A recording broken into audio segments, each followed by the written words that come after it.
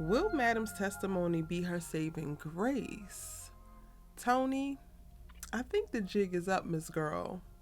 And Babyface, you poor now, huh?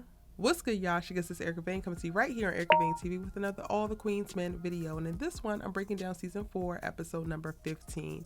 If you're new here, hit that subscribe button and turn on your bell notifications so you don't miss out on any of my All the Queens Men content and conversations.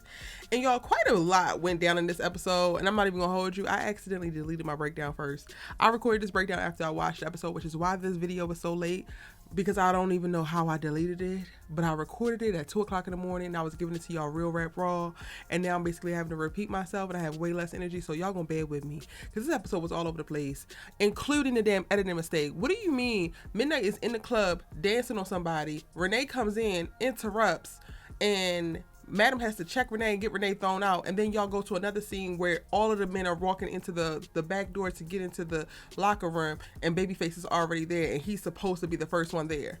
How is Babyface the first one there? How is Midnight fully clothed when Babyface is the first one there? Meanwhile, the scene that y'all showed before was him dancing on these girls and Renee getting bucked. This episode was just so, in addition to there being so many things, so many moving parts, I felt like it was very poorly executed and clearly sloppily edited, but we're gonna go ahead and talk about it. Madam takes the stand in this episode. She decided last episode that she was going to testify because it looked like the tide had turned out of her favor after the concierge decided to go ahead and testify, and she spends most of her testimony or testifying, she spends most of it trying to put all of the buck back on the concierge, but he's not the one actually on trial here. And I feel like I wish that they gave us more of the like testifying scene, because her saying everything that's tied to the concierge, but then the prosecution bringing up, oh well, why do you own a guillotine? Why do certain things? Why couldn't we ever find a guillotine? Like, I feel like they're still strengthening their case against her, and then her damn defense attorney winds up resting after the counter questions, and it's just like, so girl, you gonna say that this whole case is built on a concierge who was brought in the 11th hour just yesterday? So even if they throw out everything that he said, and even if the jury believes that he's lying just to make you look bad or whatever, what about all of the other people who were here? All of the other stuff that was like built up against you? Like, they don't show Madam actually speaking to her character fully. Like, she gets up there, she tries to be sympathetic and be soft-spoken and cower and do this and do that, and I don't know if it's enough, y'all. I don't know if it's enough. I was always convinced that Madam would not actually go to jail because that's just how they be writing it. I think that the strongest writing choice is for her to go to jail. Honestly, I think the strongest writing choice for them leaving season 4 and going into season 5 would be for her to get arrested, for her to be convicted and have to go through like the appeal process. But I didn't think that the writers had the balls to do it. But now that we're watching it, and now that we're seeing that most of the trial all of the trial she has spent out, I thought that she was going to get arrested, and then during the trial she would be coming to court that way. But a lot of the things that I saw that she was going to be doing based off like the synopsis and character breakdowns, I assumed that she would have gotten arrested and been arrested during her trial, but she's been out on her own recon and coming to the trial on her own, of her own volition.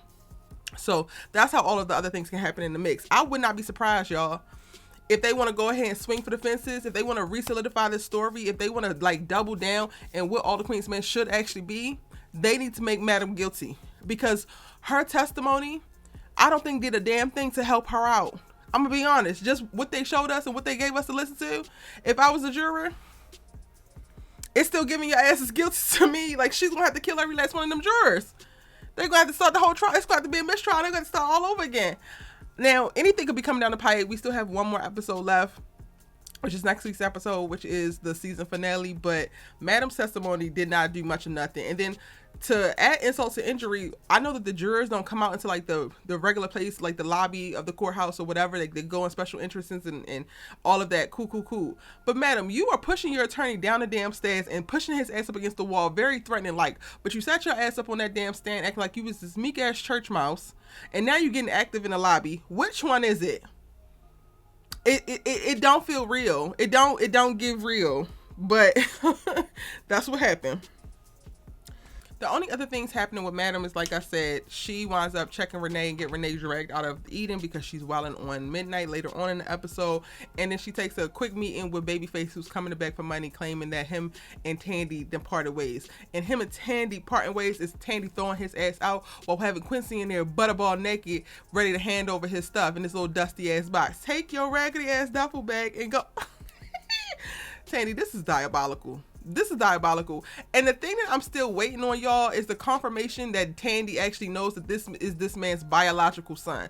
The craziest part about this whole thing is I feel like Tandy is operating like she got a newer model. She traded him in without understanding that this is this man's biological son. And I need her to know that and to be making these diabolical petty ass choices just so that they can sting that much harder, because I really don't believe that she knows now. And I have predicted this again because of the character descriptions that we got very early on in the synopsis and all of that. So Babyface is now sleeping in his car, bumming it. He don't have no money. And I have said this multiple times. Every time you turn around, one of these dancers is in money trouble. But y'all asses be having stacks at the end of the night that you hand over to Madam. Do y'all not have a savings account the third? Do we get the money that day, get the little dirty dollar bills, and just go blow it? And then also, Babyface talking about it costs to look this good. Baby, you don't be looking that damn good. How much does it cost? But you know what?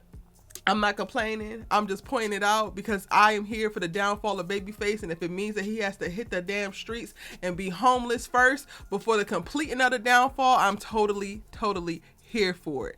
Especially because he's moving with little to no, not little to none, no humility at all.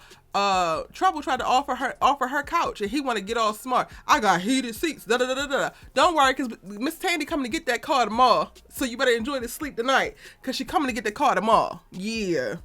Child, also at the top of the damn episode, we get a scene with Toni and Jean, Mark's attorney, and she done forged some little will to try to get all of his assets passed over to her. And it seems like it's going to actually work, but by the end of the episode, I guess it don't even matter because Carla's here, and she ain't playing that. She tricks her into getting into the damn car, and we don't know if she kills her or if she's going to take her. I'm leaning more towards she's going to just kidnap her, and she hasn't killed her yet, but I'm here for it, because absolutely. You've been trying it, Toni. You've been pushing it. Madam reveals to Amp in this episode that what she heard Doc say, but then also just reaffirm who she knows Amp's mom to be. And then he just takes her word for it, which is cool, and goes and confronts her. She literally, I'm tired of you thinking that Madam is the only businesswoman. I could have did this and I could have did that. I shoulda, coulda, would. She could never tell me nothing. Because how was you going to do it? How was you going to do it? You are capable of being a well-to-do businesswoman, a successful businesswoman by what? Stealing something that's already built? Even Maddie B's was already here and successful before you brought your ass in here. So the jury is out, baby, on if you could actually build any goddamn thing. But you sitting up here throwing a fit in your son's face when you literally let him go to jail for a decade at least by his damn self. Allow him to be abused by his father, amongst other things. Toni, go to hell with gasoline drawers on real quick, because nobody is sympathizing with you, and you howling and screaming about you're tired of hearing about Madam. Well then, cut your ears off. What you want us to do? A bad bitch is gonna be a bad bitch. A boss bitch is gonna be a boss bitch. And you're just mad that you're not that, and you throwing a fit, you crying, you trying to take what somebody else has is never gonna make you that. You're still a loser. You's a dummy, bitch. Like, it is what it is. Enjoy this little car ride with Carla. And Carla, absolutely. People was plotting on you online, saying that she was going to double cross Madam, but I knew that I liked you, and I knew that she was a real one. Deal with your sister. Deal with her. Also, speaking about Amp, aside from his mama drama that he got going on at the end of the episode, at the top of the episode, he convinces Midnight to take his video evidence of Renee confessing to her lying about the R word that she actually reported on him and wanting to be in a relationship and all that, taking that down to the police station. They wound up running into Detective Davis, and Detective Davis was like, okay, I'm going to look into whoever the person is on your case. I don't actually trust her. Thank God they didn't leave the actual footage with her, because I feel like she would have damn deleted it, because she hates Madam so much, and by proxy hates y'all asses too. But I think that this actually was the best move, because you will wind up being under the jail messing around with Renee, and you got to fight her narrative with a counter narrative and a counter video. Hopefully this is it, but I doubt it. I doubt it. And then there's word on the street around the actor who plays Midnight, and people are saying that he might be one of the people that Christian Keys is talking to as they make changes going into newer seasons. So I don't know if we're about to see the end of Midnight's storyline, but he's dealing with this Renee thing.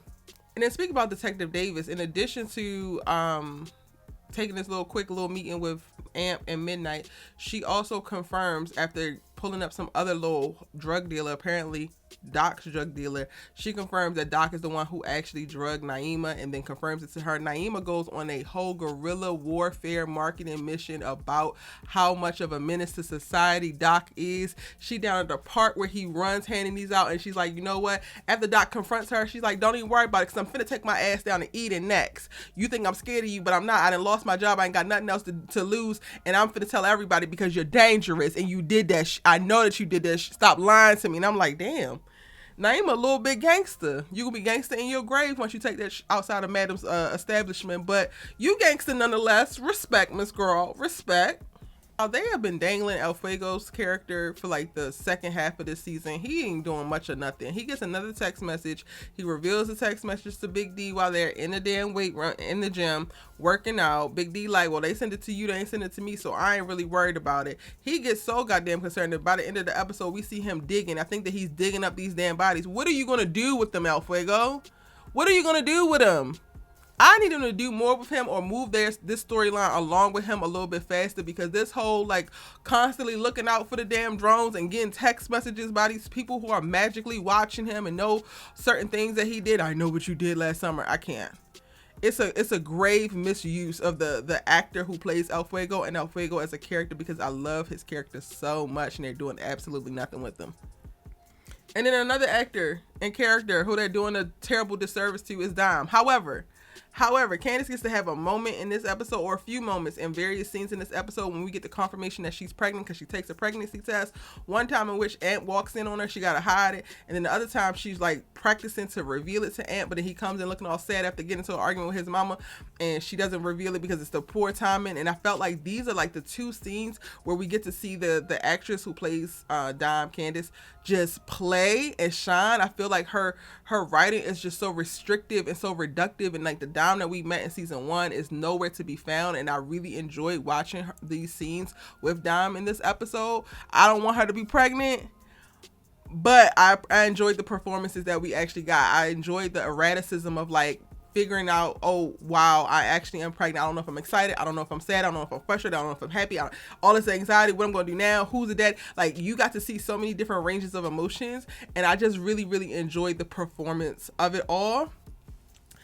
And I just gotta make that note. Now, the biggest point of this episode, or the saving grace, honestly, the saving grace for this episode was Blue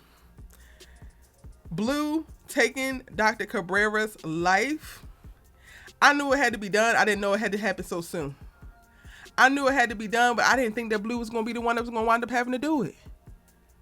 And the way that she went about it, I'm like, yo, this is crazy. But I also think that this is the closest that we have gotten to the feel of the original All the Queen's Men in the last 3 seasons. Like, this is a death that actually makes sense. It's not arbitrary. It's not random. It's not overly aggrandized. It is like literally perfect. It's giving brilliant. And Blue speaks to, thank you, I respect you, I appreciate you, you have helped me, I'm no longer having nightmares, I'm not having these PTSD spells. So she speaks to all of these things, and you would think that that should help save Dr. Cabrera's life. But then we also get the reveal of, like, you started talking and you said that you knew that my boss was pretty. I never even mentioned her name. You looked her up. She confirms. Why would you do that? Why would you do that, Dr. Cabrera? When she starts to reveal things like she done murdered people, why are you looking more into it? Dr. Cabrera was pleading as best as she could of, like, you literally don't have to do this. I'm required by law to not say nothing. But if that was the case, then you should have left well enough alone and only dealt with whatever she brought into the room versus bringing some other stuff into the room. And Blue will forever be goated in this series because she literally does whatever she has to do to maintain what's most important to her. And one of the things that are big for her is loyalty, and specifically loyalty to Madam. I think that Dr. Cabrera is going to be the next big kill that she's had since having to, like, to protect Madam, since having to kill Cat. And she didn't want to do it. She wished that she didn't have to do it, but she's always going to do what she have to do. And I got a little bit of smoke for Madam because you had no problem with sending Tommy after her. You had no problem with Tommy building up all of this resentment for Blue as if she was a snake and as if she had done all of these things against y'all, ready to take her out. She's literally met at the tip of Tommy's gun, walking out of the therapist's office after she just took her out to make sure that you were covered. And Blue can have all of this loyalty. She could be going through hell, right? Having the nightmares, having the episodes, just struggling on her own, but still can stand 10 toes down in you and trust in you and believe in you and love you enough to hold you to a certain place. But at the moment's notice, you squint your eye a little way and you feel like she being a little secretive, and then you can abandon everything that you know about Blue and send Tommy after her ass. Now, granted, nothing winds up happening and they wind up talking it out, but I feel like Madam was the one who showed herself to be disloyal in this moment, and I wasn't really rocking with it. Like, Blue makes so many sacrifices. She is always there. There has never been a time where I feel like Blue has really given Madam a reason to question or doubt her. And the fact that she continues to still do it really pisses me off because it's given that Madam doesn't deserve Blue. That's what it's given to me, y'all. But they make nice. Blue tells her everything and also tells her that you only have to worry about it because she's no longer with us. Is there a way that Dr. Cabrera could have been saved? Maybe. But if it wasn't Blue, it was going to be Madam or Tommy playing her a visit at some point in time. So it was going to happen. And I'm going to miss the lady who plays her. I love the Dr. Cabrera character. But again, this death was sensible and it fits the tone of what All the Queen's Men actually used to be. Characters serving their purpose and then getting the hell on. And we need more of that. Honestly, at this point, we need to start seeing some of the dancers die. I'm just saying. Collateral damage, something. But that's my thoughts, y'all. That's everything that I feel about the episode. Let me know what you thought about episode 15 in the comment section down below. It's your good sis you love to talk TV with, and I'm going to see you in the next one.